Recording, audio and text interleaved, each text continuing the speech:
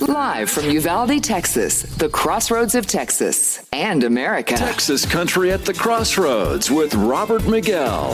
The best new country from the Lone Star State. Alrighty, we're live at Broadway, 830-100 East Main Street, downtown Uvalde, Texas Country at the Crossroads. Our interview series every Friday night, right before we do Friday Night Live here at Broadway 830 on the outdoor courtyard. Like I said earlier, man, it is a beautiful day in Uvalde, Texas, and we can use it, man. So it's been a tough couple of weeks, but we're going to trust in the healing power of music here tonight to bring the community together and just to have a good time. So we are here with our special guest for the first time, making his first appearance on UvaldeRadio.net. Probably your first live show in Uvalde, as far as I know. First live show in Uvalde. Yeah. We've got Mr. Nick Zamora. Nicholas, all right. What's up, everybody? So, man, it's good to have you here. It's great to be here, man. Thank you for making the trip in. Yeah. How was the drive in from San Antonio? It was good, man. I mean, anywhere in Texas, driving a country road makes you feel good. So. I got to say this. I'm impressed because usually, so we get people coming in from all over the state. Houston, East Texas, North Texas, literally all over the place. And our San Antonians are always the ones that are late. They're the closest. But, you figure, it's an hour and a half drive, but you forget it's Friday at 5, So most of the time it's like, hop, skip, and a jump. They kind of rest on the laurels of, thinking they're close by, and then they end up late. But yeah, you got here nice and early. Got your setup all ready to go. Well, if you look at my setup, you can see I'm fairly bougie. Yeah, no. You were commenting on my guitar case yes. and the whole nine. And your Walker Hayes fancy like. Yeah, exactly. So it takes me a little bit to make sure I get set up well, and I never want to run into an issue and get delayed. So. You got three guitars in a felt-lined case, apparently. My guitar boat. And it's got lights in there. It's fit for Elvis, man. It's seriously. It's literally got it's red velvet, but it's not quite blue suede, right. Red velvet. There's got to be a song. Peanut butter and nanner sandwich in there somewhere, I'm thinking. But no, you got your sweet banner. If everybody knows who you are and where to find your website, you got a pro setup, man. So thanks, man. I'm excited to have you here, man. That setup was a pride and joy to make. It's been my little hodgepodge, but. Man, I'm turning 40 this year. Wow. My back just cannot take carrying equipment anymore. Oh, my goodness. And so everything I can put on wheels, the better off I am. You should try 50. It's knees, back, and sciatic nerve. Everything is messed up, man. It's crazy. I'm the only solo artist that shows up with a full trailer. It's insane. And then you get brain fog. That's right. You'll have that later, too. Right, exactly. So again, we got Nick Zamora here. He's from San Antonio. We debuted his brand new single, which, hey, man, thank you. From what I understand, you got it to us a little bit early, right? So I did, yeah. It's actually, I don't even have a radio release date set yet. I have a digital distribution release for July 15th, but radio release, we haven't even set a date yet. So you're the only one that has it. So it feels good to be exclusive, man. So thank you very much. We really do appreciate that. I did not take that lightly, man. I really appreciate that. It's good to have the track to play during the radio interview. And I always like to say that we played it a few times before, we do the radio interview. So very cool. So looking forward to playing that track here. Also, we've got your guitar out. One of the guitars out. So we'll get a little bit of a live performance from you. Let's go ahead. Let me start off this way because I saw on your Facebook post we have mutual friends, Sue Schwanke Rankin. Yeah. And then we talked about briefly today. She's traveling this weekend, so she couldn't make it tonight. She might have embarrassing stories. I'm sorry. Really? Well, you can't talk to Sue without her embarrassing somebody. She just there's a body, she's gonna throw it under the bus, right? Oh, that's great. So how do you know Sue, man? Give us a backstory there. I actually went to high school with our kids, and so we go back a little bit of ways. I don't even know if they would remember me, but she does. Wow. And then I've worked on and off for churches in San Antonio. Right. Okay. I've worked with nonprofits and churches, and so does she. Right. And yes. so we bumped into each other on and off throughout the years, just working with different. I know she's got kind of a regional, local celebrity chef as a son. Is that one of the guys? Yeah. So we were in band together. Okay, very good. Yeah. He was drummer. I was trumpet player. I hope he remembers me. I don't even know if he would. I was a trombone player, so very good, man. Band geek all the way. That's nice. That's where I met my wife, the whole nine. Well, it's cool that you hang out, your Facebook friends and all that good stuff. Yeah, you and Sue. So Sue sends her love, wishes she could be here, but she has a lot going on there. But and remember, she's amazing. Sue at the Herbie Ham Activity Center. Fine sponsors of UvaldeRadio.net's Throwback Thursday, every Thursday from 9 a.m. to 12 noon. We love Sue, so it's just kind of cool that we've got someone to relate to. Yeah. Other than that, any ties to Uvalde whatsoever? Honestly, the closest I can get is my in-laws live in Castroville. That's Okay, about as right. close I can get. Now, have you but no. driven through or spent any time just for any reason, maybe gone to the river, gone through the I'm compound? sure I have, Yeah. not to my immediate recollection. I mean, it's okay. It's easy to miss. I mean, it's not quite Hondo, but it's You know, what it is. being in San Antonio, you talk about all the towns around the San Antonio metropolitan area like you grew up there. Uh-huh. And you're going, I've never actually been to Hondo Oh, of or course. Divine or Bigfoot but I talk about them like my best friends live there. Yeah, because you know somebody around the area. You know Very cool. somebody that was from there. Well, very good. Well, I encourage you to hang out and spend some time. I mean, Uvalde's been obviously It's beautiful. very much in the news here recently, Yeah. but we've got a lot more to offer than the headlines. So, please check out our beautiful rivers in the county or just our beautiful downtown plaza beautiful. when you get a moment to stick around. Okay, also, real quick before we get into the meat of the interview, family over there, is that the wife and kid? What am I That's looking at? wife and a kid. Okay. Daughter, two daughters. Just pick one. Yeah, just pick one. This is my youngest, actually. Is my son, Evan. He's 10, about to turn 11 in August. Nice, all right. My daughter, Abigail, who is my messy child, decided that she wanted to stay home today. And so she's home, hopefully listening to the interview online. But she decided to stay home. She's had kind of a long week. So, but Abigail is 13, turns 13 this week. That's the age where they just distance themselves. Exactly. Big time. And then we actually have an adopted Daddy's daughter. girl. Yeah. And then we actually have an adopted daughter, my daughter Courtney, who's 24. Wow. Who lives in Roswell, New Mexico, with her husband Gareth.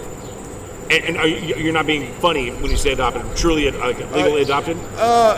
Yes and no. It's a really complicated process. There was never a legal adoption; it was power of attorney through her upper teen years.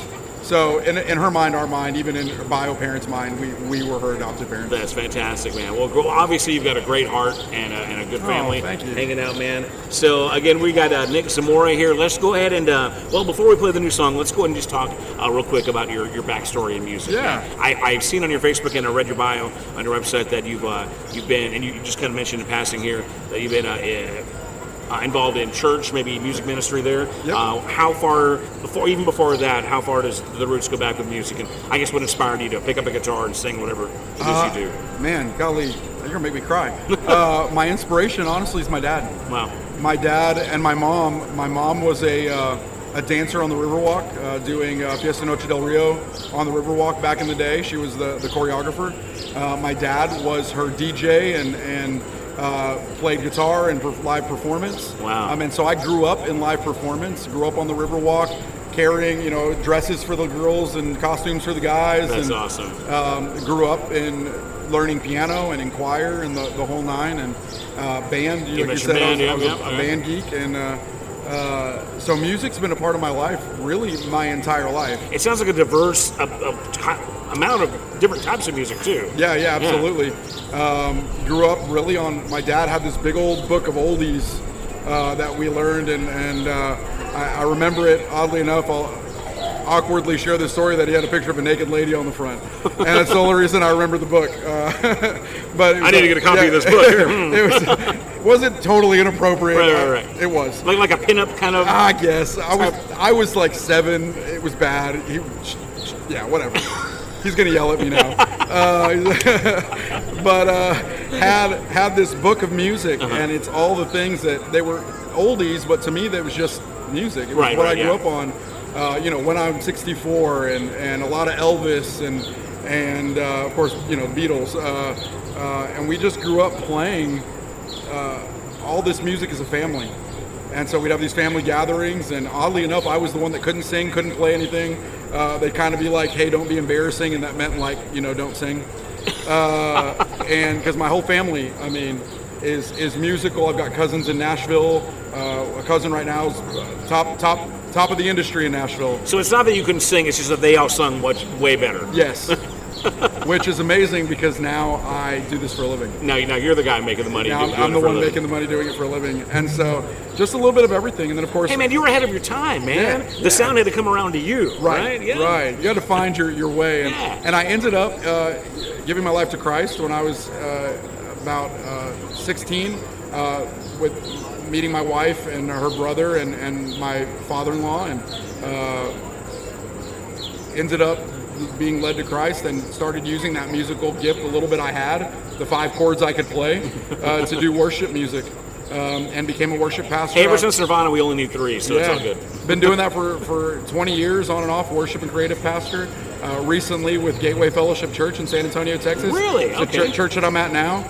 I'm not currently on staff any longer. Are they associated in any way with the Gateway and DFW? No. Okay, I was going to say same My name, wife and I are, oddly enough. Okay. We have friends that work there very closely. We used to attend there. We lived in Dallas for a long time, so I have a friend that's high up in staff. And technically, we're still members. We never unsigned off. I don't know if they actually tried to hire me recently, wow. And so I almost worked there. We almost moved to Dallas and decided we wanted to stay with Gateway Fellowship here in San Antonio.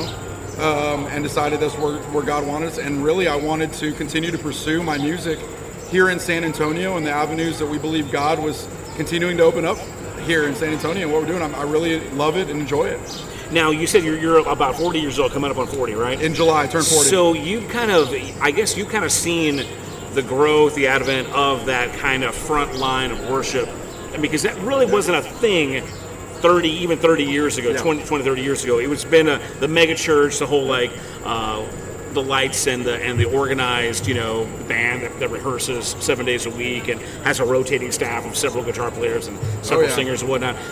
What kind of work, what's that like behind the scenes? Well, I guess for those who maybe go to a church that has that kind of musical production, what are some things that maybe we don't know that are kind of like secret trade that we'd be surprised to know about? Oh, wow. How often do you have to rehearse, and how many members? It's really different, and it really goes through seasons.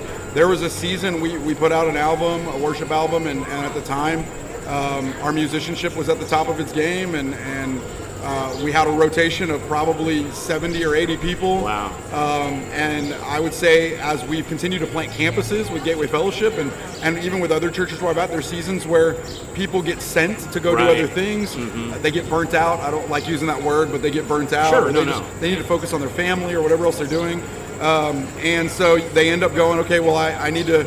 And so there's times where we have 30 or 40 people.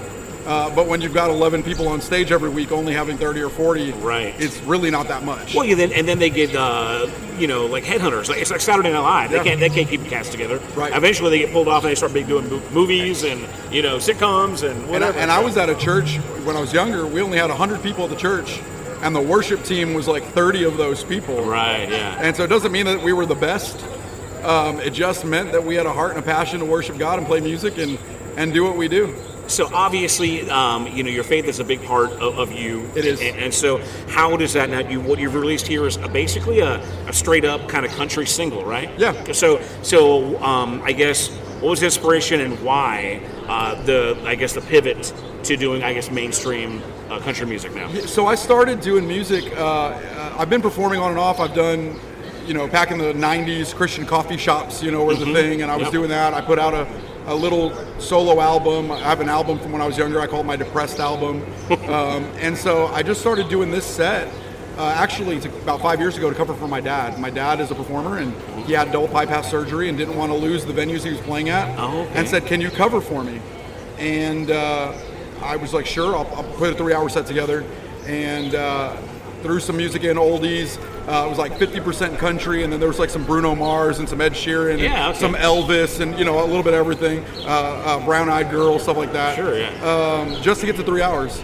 And after 2 months, my dad was better and came back, and the venues were like, hey, we love you. Can you keep playing? And I was like, this is fun. Uh-huh. I need a golf game. I work hard, and I need something that's respite. And music was that for me. I was at a season where I'm not doing music as much for the church. I was kind of in a managerial position where I'm overseeing things. And so I wasn't on platform. I wasn't getting to do music. I was doing other creative things, graphic design and videography, photography, light, sound, media, all that stuff, LED screens, the whole nine, but I wasn't doing music. And so I wanted a connection to music. And so this was a great way to do it. There is a difference in worship and what you do with worship, and there's in fact, people, they look at me when I lead worship, and I call myself the dancing bear, because I jump up and down and I spin around and I'm doing all that. And I had the other day, a man came up to me and he said, man, you're so even keel. And I kind of laughed because I don't see myself as being like even keel at all. But when I do this set, I'm a lot more even keel. And so there's a difference in even personality and the reasoning behind why you do worship music, and that's for God. And you're giving that talent to God. And in a way, for me, using the process of entertaining people as an act of worship to God. Yeah. And that's what this is for me. It's an offering and an act of worship, and going, man, I just want to put a smile on people's faces. I want to be able for people to go, man, I remember that song. It reminds me of something. It's good. I think, the Bible says all things were created by him, for him, and through him, and even entertainment was created by him, for him, and through him. And that's how I see it. No, like biblically, they'd bring, farming, vegetables and whatnot. Right. You're bearing gifts, and your gifts are music, and absolutely, very cool. And so it's different. Getting back to the middle of that story, you didn't put your dad out of a job, did you? Okay. No, my dad came back. He's doing That's awesome. He's doing venues. He's actually hitting the retirement home circuit, like it's going out of style. Wow, okay. And so 75-year-old man. He's actually playing right now, I believe, at Blanco Barbecue in San Antonio, Texas. Very cool. So he was going to come out, and he's like, I got a gig too, so I can't, come out. You guys ever do like father-son, like opening, headlining gigs? We do. We do a song swap. That's awesome. So we recently were out in Fredericksburg, doing one out there at Bankersmith, Texas, in near Fredericksburg, and we did one here at Castroville at Shot and Bowl. And we just do a song swap, and we just kind of go back and forth, and it's a lot of him doing the older stuff and me doing kind of top 40 country. Right. And people are like, I love it. It's schizophrenic. It's a good mix, though. It's great. Great songs are great songs. Right. That's fantastic. Hey, again, we got Nick Zamora here. He came in from San Antonio to perform here tonight at Broadway 830 in downtown Uvalde, 100 East Main Street. Normally we talk about the song and then we play the song, but we've already talked for a while. I'm so sorry. No, you're great. I love it. So we'll go ahead and play the song now. We're going to come back, and then you'll tell us about the song after we hear it. So we're going to go ahead and we premiered this earlier this week, and this is Nick Zamora, his brand new single, and apparently nobody else got this but us, and we're feeling real special right about now. This one's called Too Good For Me. Y'all check it out, and we're going to learn all about it right after. This is UvaldeRadio.net.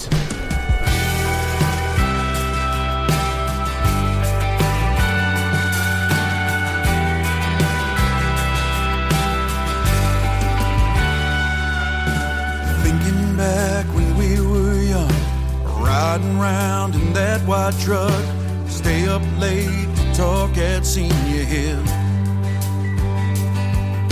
The football games when we'd sneak out beneath the stands where we'd make out. Man, that seems like just so long ago. Looking back is easy, moving forward is hard. The photos show the good times, not all that we've endured. All these years, if we could see how our lives would have turned out, would you make the same decision? Would you turn and walk right out? If you knew what you'd be giving to love a man like me, would you tell me that you love me when I drop down to my knee? You're too good for me, and I'm no good for you.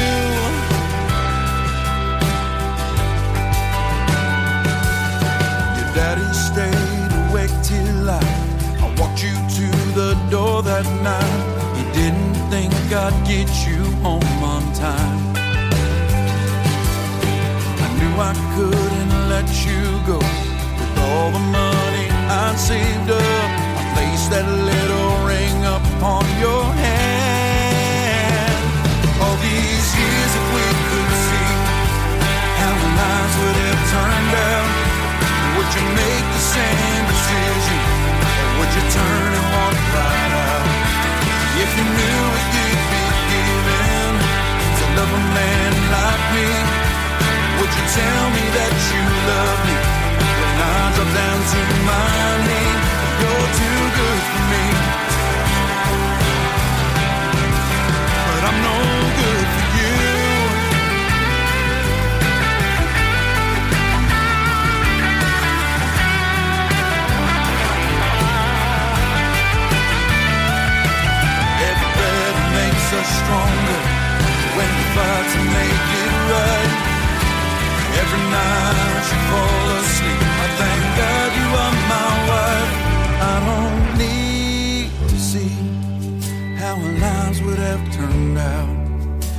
make the same decision. So stay and fight it out, 'cause all I have to give is this simple man you see. I'll tell you that I love you when I drop down to my knee. You're too good for me, so I'll be good to you. So I'll be good to you. So good to me, so good to you.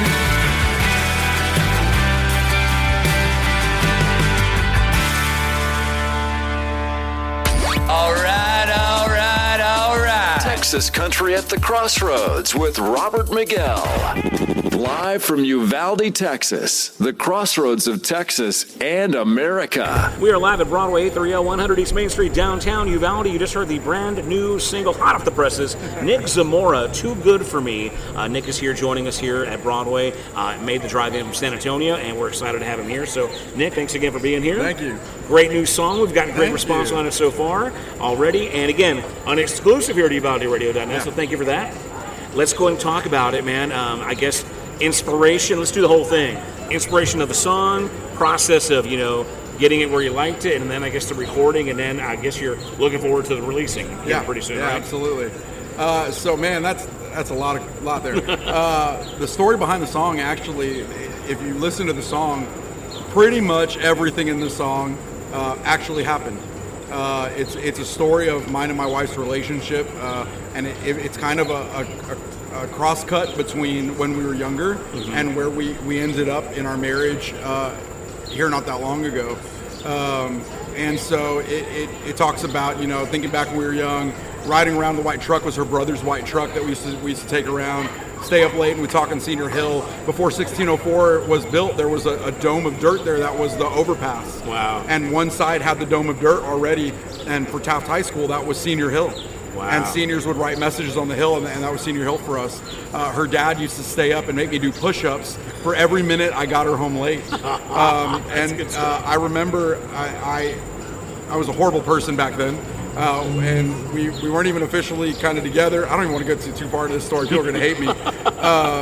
But I had a friend look at me and say, I'm going to devote my time to make you realize that you're in love with this girl. Because we'd been dating like 5 years. And, and you were just being that guy. And I was being that guy. Yeah, kind of hearing that going, I am in love with this girl. And so I spent some time in prayer and kind of seeking the Lord. And I bought her this little chip of a ring that I could afford when I was 21 years old. And asked her on her birthday to marry me. Wow. And that was 2003. We're 21 and 19, and we've been together now more than half of her life, more than half of my life at this point. And so the song's the story, and there was a point where because we got married so young, we ended up in a bad place. We actually separated for 6 months. And so this song was a response to all of that, and it was Mother's Day last year. I just got inspired thinking through all these things and going, I need to put this in a song. And I actually gifted this song to her as a Mother's Day gift last year. And she was in tears and crying, and because she can see it all. But she wants me to say the disclaimer is we never made out under the stands. It just rhymed. It just worked well in the storyline. It's a country song, man. Someone's got to make out. It's the one thing that is not true completely. But I mean, if you want John Party to cover this thing, right, exactly. Someone's got to make out with somebody. So I wrote the song. It's gone through a process.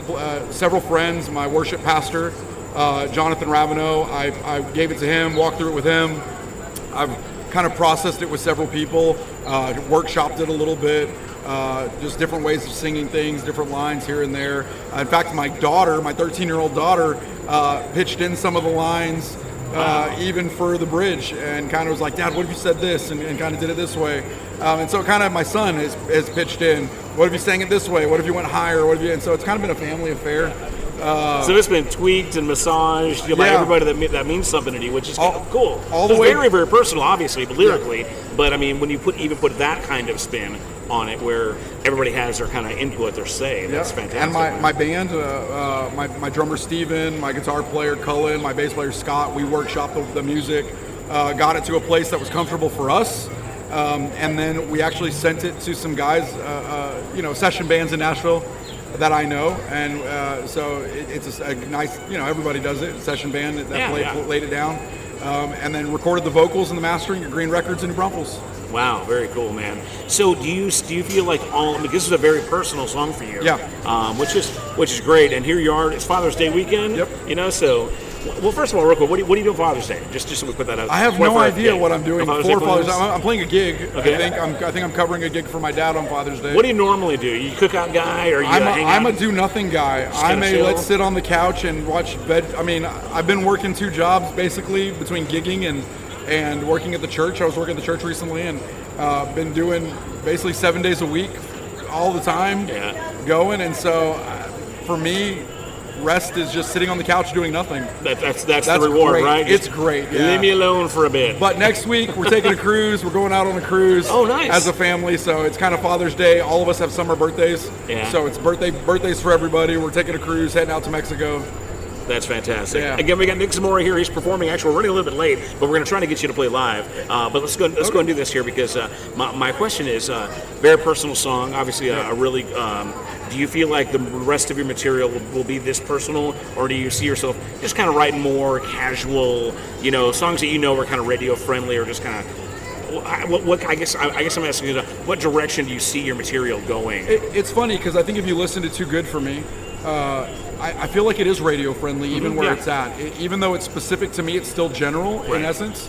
And so a song that doesn't have a good story to me is not a good song. Right. Like a song should evoke an emotion in you that is something that you can connect to on a carnal level, even on a spiritual level, on a mental level. And if you can't, we miss the point.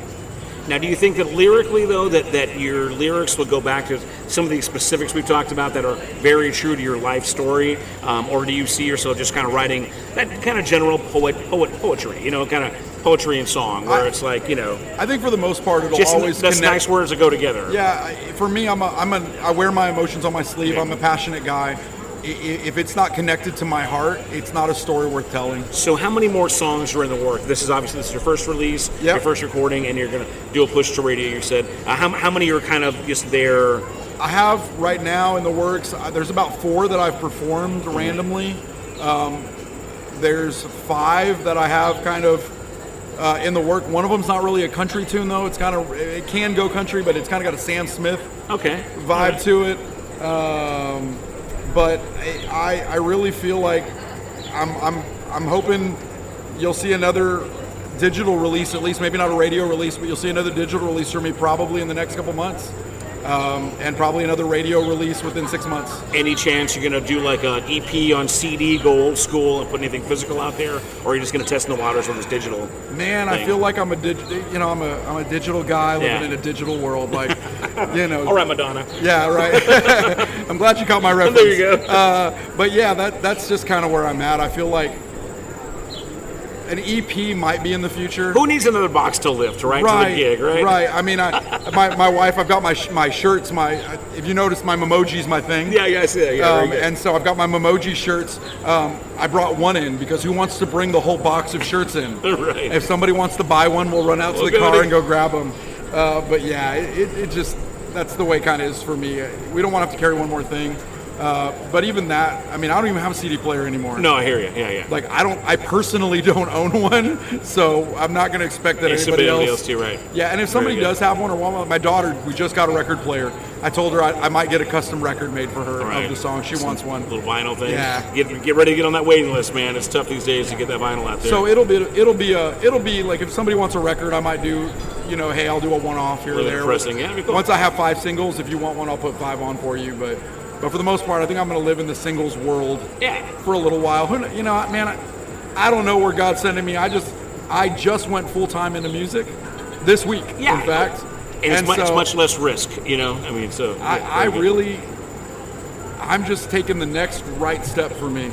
I'm going, God, light the next stone on the path, and I'm just doing that. So where it goes, I hope it goes to entertaining a lot of people and helping to connect and not just for people to hear my story, but I want to hear people's stories. I want to get to know people out in the community. If music doesn't connect us, if all we go is, man, I know John Party, but if John Party doesn't know me, it didn't achieve anything. Right. You know, music is supposed to unite us and connect us. My wife wants me to make this shirt. I have a thing, and I said, I want to be forever friends. Like, I tell people that, follow me on Facebook and Instagram, I want to be forever friends. She wants me to do a hashtag forever friends shirt because that's what this is for me. It's about connecting with people and hearing their story and them hearing my story. That's awesome, man. I like your style, man. That's got like your mindset. Very good. Well, we're running late, but you want to go and do a play number? We'll do it live here real quick. Again, we got Nick Zamora here. He's in from San Antonio. We're going to get a little live performance here on air. Then he's going to hit the patio here and perform live here tonight till 10 p.m. So come on out to Broadway, 100 East Main Street, downtown Uvalde. Pizza, cold beer, drink specials, and live music. And Nick, take it away, man. Yeah, I'll caveat this. I haven't actually played the song in a minute. It's all good. It's all good. This song is it's actually called Till Death. Or sorry, my brain's not following. It's not working. I don't know what's wrong with me. But we call it the wedding song. I was hoping to release this probably around February. You turned a corner in that white dress. I'd never seen such beauty standing there before me. I realized it's all starting, a life we couldn't even dream of until now. From this day forward until I'm gone, with you is right where I belong. If I am weak or if I'm poor, I want for nothing in this world. When I am weak and when I'm strong, I will fight to win your heart until death. May we never part again.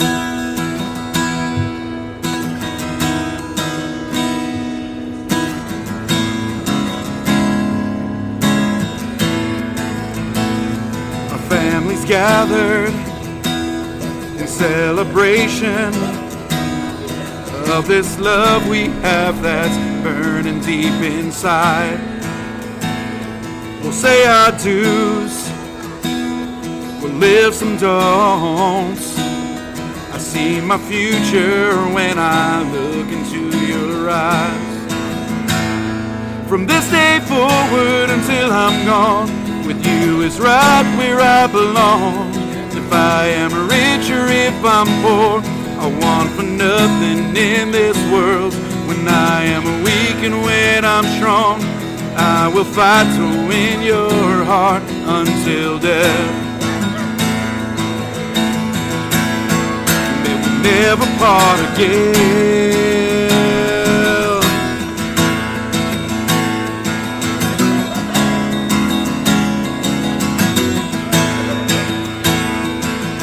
You're the only love I'll ever need. Your grace, your strength are making me a better man than I could ever be. I'm lost without you in this world. You will always be the girl that turned this lost boy into a man. From this day forward until I'm gone, with you is right where I belong. If I am rich or if I'm poor, I want for nothing in this world. If I am weak and when I'm strong, I will fight to win your heart until death. Never part again. Never part again.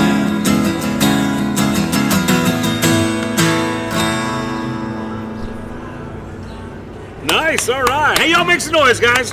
Nick Zamora here at Broadway 830 Live on UvaldeRadio.net, getting ready for our Friday Night Live show. He'll be performing tonight till 10, taking a few breaks in there somewhere, and you can come on here and have some artisan pizza, cold craft beer, and they got the beer flight. It's pretty cool, $10 I think, unless inflation's brought that up too. But man, Nick, great performance, man. Thank you. Great voice, great playing, man. Looking forward to seeing the set tonight. You know, you'll hear me say it tonight, and I'll tell everybody on the radio, man. I tend to tell people, if you don't like the music, grab a beer. You'll like it a whole lot better. A whole lot more, yeah. Grab me a beer. It gets even better. So I guess I think you touched on it briefly earlier, but on a typical set that you do, what kind of, you have a few originals, going to do some covers. Can you give us an idea of what the Nick Zamora set is like? Yeah, so typically, and depending on the show or depending where I'm at, I typically stick to covers mostly. Cool. It's a lot of top 40. Thomas Rhett, John Party, Lee Brice, kind of that vibe, and I kind of stick to that. There's some oldies peppered in, some George Strait, Garth Brooks, kind of peppered in there. You're playing my songs, man. It's all good. Sounds great. And feel free, man. Get those originals out there. We're happy to hear those. So, yeah. I just tell people, you never know with an original. You're putting, even this last song, Until Death. It really is a story of our wedding, and I hope it's the story of everybody's wedding. It's the story of our wedding and kind of our vows, and it's real personal and it's scary. Yeah. It's scary to put a song. I got a little emotional even putting out "Too Good for Me," because it's so meaningful to you. It's so deep and intimate for you. Yeah.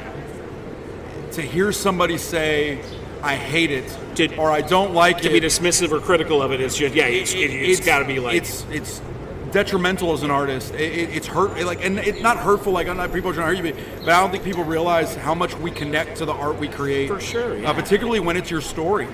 Well, and then somebody goes, these raw nerves out there that are just waiting to be plucked. And so super scary to put something out there.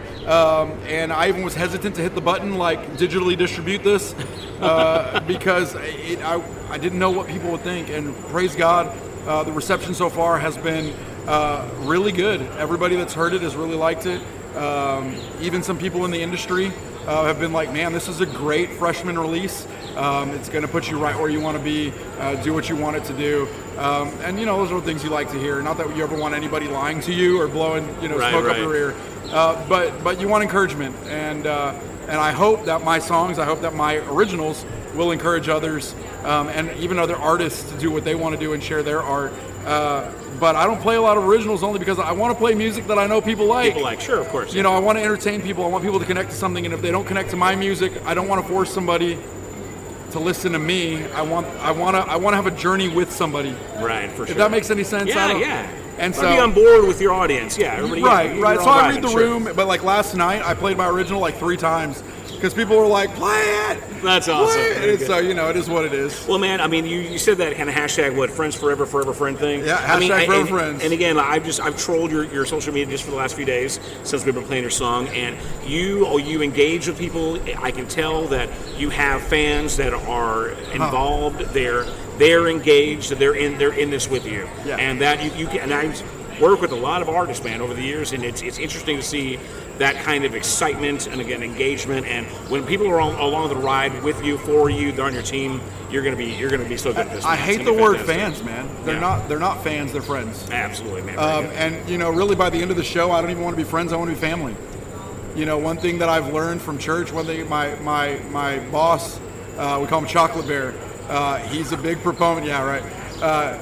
He's a big proponent of we're family. And once we even have a saying in our youth.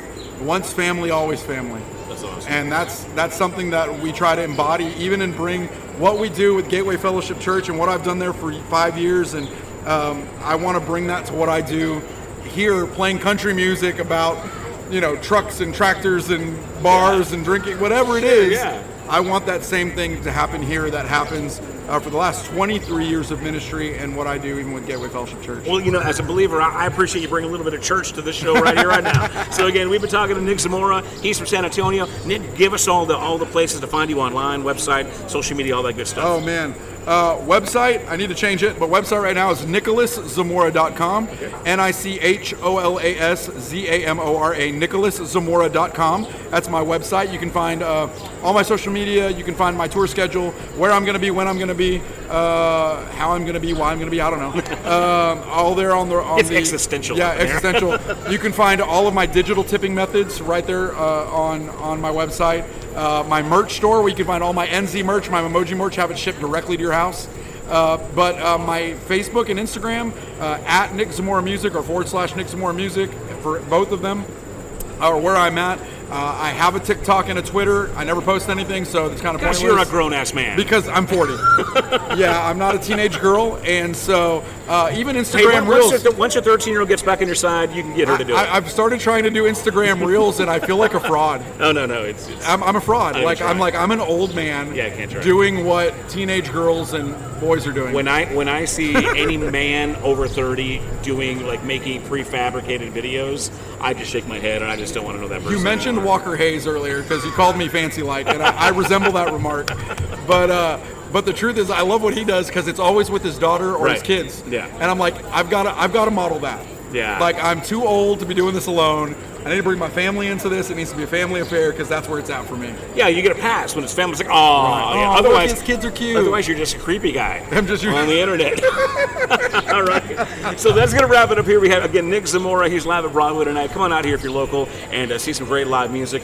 Find him online. And, man, it's been a real great pleasure, man, getting to know you. And I appreciate you making the trip out here tonight. Great. Hey, if you guys aren't coming out tonight, if I don't get to see you again, may the Lord bless you and keep you, make his face to shine upon you. May the Lord be gracious to you and give you peace. Thank you guys so much for having me out. Robert, thank you so much. Before we wrap it up, your new single, Too Good For Me, when is it going to be on platforms available for download? It is hitting July 15th. Okay. This was strategic, Friday releases, right, for digital distribution, but July 16th is my birthday. Nice. And so, in fact, our friend Brandy Boleyn just did the same thing, released on her birthday. She did, absolutely, yeah. And so I'm releasing on my birthday. I did not know she was doing that, but you can drop $1.29 for Nick Zamora. Right, there, man. right. For my birthday, right. Go stream it, go buy it, whatever you got to do. But that's my birthday present to me. I will not actually be. I'm gonna be on another vacation. Summer vacations, right, when it releases, but very good, looking man. forward to it. Well, again, it's been a pleasure, and of course, until then, you can hear it on uvaldyradio.net, and that's going to wrap it up here live at Broadway, 830 Texas Country at the Crossroads. Our interview series next week, we're supposed to have Billy Joe, but I believe she might have to cancel, so we might have to re-look at that. But the full calendar is at uvaldyradio.net /events. I'm Robert Miguel. We're done here, so thank you again, man. Appreciate it.